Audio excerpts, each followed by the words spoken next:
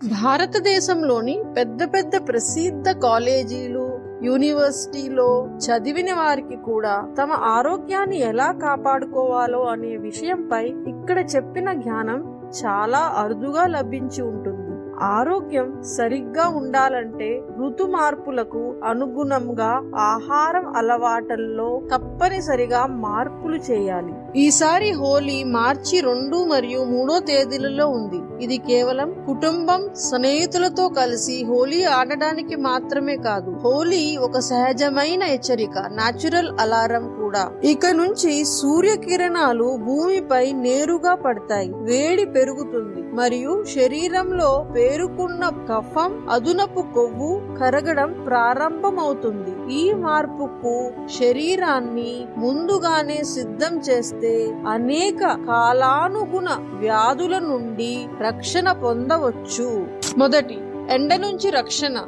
ఈ రోజుల్లో తీవ్రమైన ఎండలో తల కప్పుకోకుండా బయటకు తిరగకండి.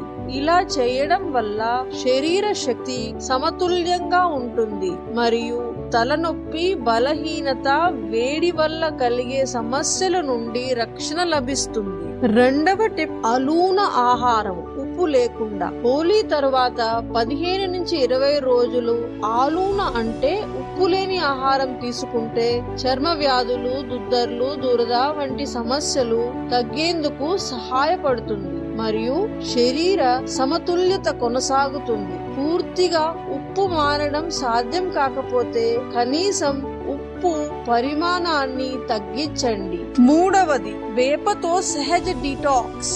25 నుంచి 30 మృదువైన వేపాకులు మరియు వేప పువ్వులు 1-2 మిరియాలతో కలిసి నమిలి తరువాత నీరు తాగాలి. దీనివల్ల చర్మానికి మరియు శరీరానికి అద్భుతమైన ప్రయోజనాలు లభిస్తాయి. అయితే జాగ్రత్త, షష్ఠి తిథి రోజున వేప ఆకులు తినకూడదు. హోలీ గురించి ఇలాంటి మరిన్ని ముఖ్యమైన సమాచారం రాబోయే వీడియోల్లో పొందుతారు.